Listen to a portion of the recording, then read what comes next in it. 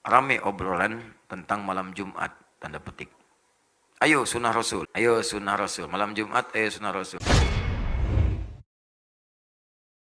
Bismillah. Saya terkadang suka mendengar rame obrolan tentang malam Jumat, tanda petik. Ayo sunnah Rasul.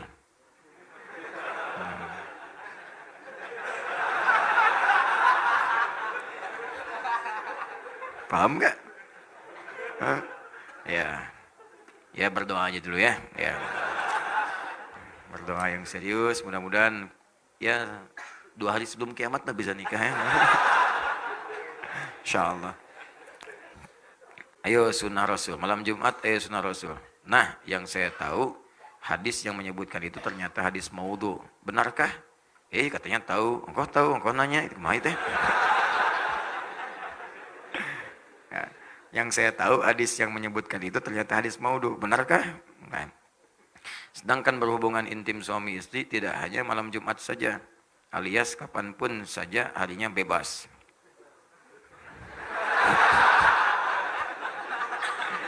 Aduh, baru sholat subuh. Bagaimanakah sebenarnya yang Rasulullah SAW ajarkan tentang berhubungan intim dalam pernikahan? Dan bagaimana hukum istri yang menolak ajakan hubungan intim? Dilaknatnya maknanya apa? Ya baiklah. Baik, yang pertama, perihal tentang berhubungan seksual suami istri di malam Jumat, apakah bagian dari sunnah? Sepanjang pengetahuan kami, tidak ada satu hadis pun, atau bahkan ayat Al-Quran pun, yang mengkhususkan misalnya hubungan suami istri di hari-hari tertentu, malam-malam tertentu. Ya, tidak ada di hari-hari tertentu, malam-malam tertentu. Sehingga Syekh Wahbah Az-Zuhaili, Allah yarham, dalam kitabnya Al-Fiqhul Islami wa Adillatuh. Saya sarankan kalau ada rezeki beli kitab ini. Sudah ada terjemahannya dalam bahasa Indonesia. Ini bagus sekali. Komparasi fikih Islam dalil-dalilnya lengkap. Itu salah satu guru kami. Saya diantaranya mengaji fikih kepada Syekh Wahbah Az-Zuhaili. Ini orang hebat nih. Disebut As-Suyutil Mu'asir. Imam Suyutinya kontemporer. Jadi kalau bicara biasa, tapi kalau nulis hampir di setiap bidang ilmu, beliau ada tulisannya. Banyak tulisannya itu. Syekh Wahbah Az-Zuhaili. Beliau menuliskan dalam kitabnya Al-Fiqhul Islami wa Adillatuh, cetakan tahun 1985, beliau sampaikan, walaysa minas sunnati, awas, walaysa minal sunnati al-jima' fi layalin muayyanah.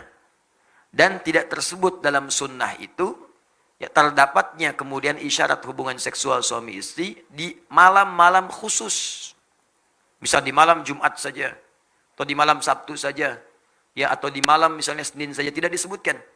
Ya tidak disebutkan. Bahkan ketika ayat Al-Quran turun itu bahkan di malam-malam Ramadan pun, ya itu kalau misalnya terjadi hasrat itu diperkenankan. Ya sepanjang waktunya diatur yang tidak kemudian bertabrakan dengan ibadah-ibadah tertentu. Apa dalilnya? Quran surah kedua Al-Baqarah ayat 187, paling kanan sebelah atas. Ya uhilla lakum lailatus siyami rafathu ila nisaikum hunna libasul lakum wa antum libasul lahun. Ya dihalalkan bagi kalian kalau ingin bercumbu suami istri di malam-malam Ramadan, silakan saja. Silakan. Cuma dilakukan di waktu-waktu yang baik. Ya dia pakaianmu, kamu pakaiannya. Berhubunganlah dengan baik. Ya dengan cara yang elok dan seterusnya. Jadi tidak ada waktu-waktu yang spesial. Adapun mungkin tafsiran ini terkait dengan keterangan Nabi sallallahu alaihi wasallam di hadis riwayat At-Tirmidzi. At-Tirmidzi nama aslinya Muhammad, bapaknya namanya Isa. Muhammad bin Isa tumbuh berkembang sampai wafat di Tirmidz, dikenal dengan At-Tirmidzi. Menyampaikan riwayat dalam kitab yang nomor hadis 496. Ya, man ightasala fi yaumil jumu'ati wa ghassala wa kabbara ya wabtakara. Siapa yang mandi di hari Jumat, mandinya sempurna hari Jumat. Mandinya sempurna, dibasuh awal sampai akhirnya. Ya, ghassala itu biasanya dalam bab fikih al-ghuslu seperti mandi junub. Sempurna gitu kan? Ya, jadi teliti, rapi, ya dari wudhu terlebih dahulu, kemudian rapi dari atas sampai bawah sempurna dibersihkan. Itu ghassala. Ya, ghassala yughassilu. Ghuslun babul ghusli, bab mandi secara menyeluruh. Ya, babul janabah, bab mandi dalam janabah. Babul ghuslu, mandinya itu mandi terkait dengan janabah. Ghassala diartikan itu. Siapa yang sebelum berangkat Jumat mandi, mandinya seperti orang mandi junub, sempurna dia. Kemudian dia berangkat ke Jumat di awal waktu, mengambil saf paling depan. Ada yang nafsirkan di awal waktu, ada yang nafsirkan ngambil saf paling depan sepanjang tidak mengganggu saudaranya. Di menafsirkan saf paling depan itu bukan Anda kemudian melihat peluang di situ kemudian menerobos orang sampai orang tidak nyaman. Ya, punten, saf pertama nih, saf pertama, bukan. Ya. Datang di awal, duduk dengan nyaman. Ada orang datang, berikan ke lapangan. Bukan Anda datang terlambat, nerobos saf paling depan. Sudah penuh, Pak. Urusan penuh, urusan Anda. Urusan saya dengan malaikat nih. Pengen dicatat depan, unta. Ya. Baik. Nah itu nggak dibenarkan. Lalu dia datang saf pertama. Duduk dia, mendengarkan khutbah dengan benar sampai selesai. Maka orang ini seperti mendapatkan ibadah puasa dan sholat selama setahun penuh. Dapat pahala orang puasa dan sholat malam selama setahun penuh. Cuman Jumat itu seperti hadisnya sahih. Termasuk oleh Syekh Al-Albani. Sahih hadisnya. Jadi kalau Anda berangkat di hari Jumat, Jumat itu peluang banyak pahalanya. Banyak sekali. Dari wudhunya, dari mandinya, dari macam-macamnya, dari berangkatnya sampai masuknya dicatat pahalanya, sampai sholawatnya, sampai istighfarnya, sampai berdoanya. Bahkan pasca Jumat pun ada doa khusus yang kalau Anda berdoa dengan benar sulit untuk ditolak. Hafal doanya? Hafal doanya? Ya. Allahumma ikfina bihalalika an haramik. Allahumma ikfina bihalalika an haramik. Wa aghnina bifadlika amman siwak. Wa bita'atika an ma'siyatik. 3 hal yang dimintakan. Pasca Jumat, minta. Sunnah, minta. Ya Allah, cukupkan aku ya Allah dengan segala yang halal darimu.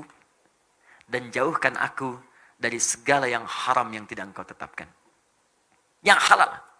Jadi kalau Anda kemudian berumah tangga, cukupkan dengan istri yang halal saja ya Allah. Maka akan ditutup pintu-pintu zina, pintu-pintu selingkuh, pintu-pintu yang tidak baik. Dinatap istri orang itu sudah nggak ada getaran lagi. Udah selesai, biasa aja. Dia hijab oleh Allah. Yang menarik itu cuma istri sendiri. Istri orang punya orang. Nah, ini kan kadang-kadang pasangan sendiri kayak nggak menarik, pasangan orang seperti ketarik-tarik. Punya media sosial, ditatap status seseorang. Punya media sosial, ditatap status suami orang gitu kan. Kenapa suami saya tidak seperti ustadz ya? Suami ibu ditetapkan oleh Allah sesuai dengan kepentingan ibu. Istri saya dikasih saya, atau istri orang lain dikasih suami seperti yang seperti itu. Kenapa? Karena itu yang sesuai untuknya. Itu yang bisa mengantarkannya ke surga. Partner untuk berbuat baik dalam kemuliaan. Itu poinnya. Dan Anda minta kepada Allah. Jadi Anda nggak akan bersentuhan dengan yang haram. Harta, minta yang halal. Anda akan bersentuhan dengan yang haram. Di ke kantor pun ditutup dari yang haram-haram. Bahkan kadang-kadang yang haram nggak nyampe ke Anda. Ada proyek mau bagi-bagi nih. Mau bagi yang haram. Ulah kasih eta mah soleh. Dipotong di depan. Jangan kasih dia. Dia mah soleh katanya. Nggak akan nerima. Paling-paling. Duitnya ditolak, orang dicarekan. Uangnya ditolak, kita yang dimarahin. Paling diceramahin katanya. Ya, ditolak duluan, jadi belum nyampe ke kita dijaga tuh. Ada aja pokoknya alasan-alasannya, nggak nyampe, ditolak, ditahan oleh Allah. Tahan. Jadi kalau Anda baca dari Jumat ke Jumat, aman Anda. Setiap pekan Anda dalam keadaan aman. Rizki halal. Pasangan halal. Perbuatan halal. Jadi dijaga dengan yang halal, dijauhkan dari yang haram. Masya Allah. Wa aghnina bifadlika amman siwa. Ya Allah, saya ingin engkau berikan yang paling utama darimu saja. Saya nggak ingin dari yang lain. Maka kita minta kepada Allah yang paling utama. Jadi kalau di kantor ada sesuatu yang baik, kita dapat yang paling utama. Kalau ada surga dijanjikan untuk kita dapat yang paling utama surganya. Kalau rizki ada untuk kita, yang paling utama. Kalau di kampus belajar, dapat kampus yang paling utama untuk maslahat kita. Kalau kita dapat nilai yang paling utama untuk bisa kita amalkan. Ukurannya bukan besar kecil ya. Ukurannya sejauh apa kita bisa mengamalkan dari semua titipan itu. Itu yang utama. Boleh jadi bagi saya, sepeda utama. Bagi Anda, motor yang utama. Kenapa? Karena ukuran untuk menjaga amanahnya seperti apa kita bisa mengamalkannya. Itu poinnya. Jangan sampai minta mobil, tapi nggak bisa menjaga amanah. Begitu pulang, berat titipan Anda. Hati-hati. Orang itu nggak punya sepeda, mimpi punya motor, belum pernah mobil apalagi. Tapi ke masjid, sendalnya dipakai, berangkat 2 kilo jalan kaki. Anda sepeda ada, mobil ada, motor ada. Bahkan bercita-cita punya pesawat. Ke masjid aja nggak pernah dipakai, bagaimana hisapnya? Saya sering menyampaikan, kalau Allah titipkan amanah baru, pakai dulu untuk ibadah. Ada baju dikasih, pakai dulu untuk sholat, supaya hisapnya ringan. Pakai dulu.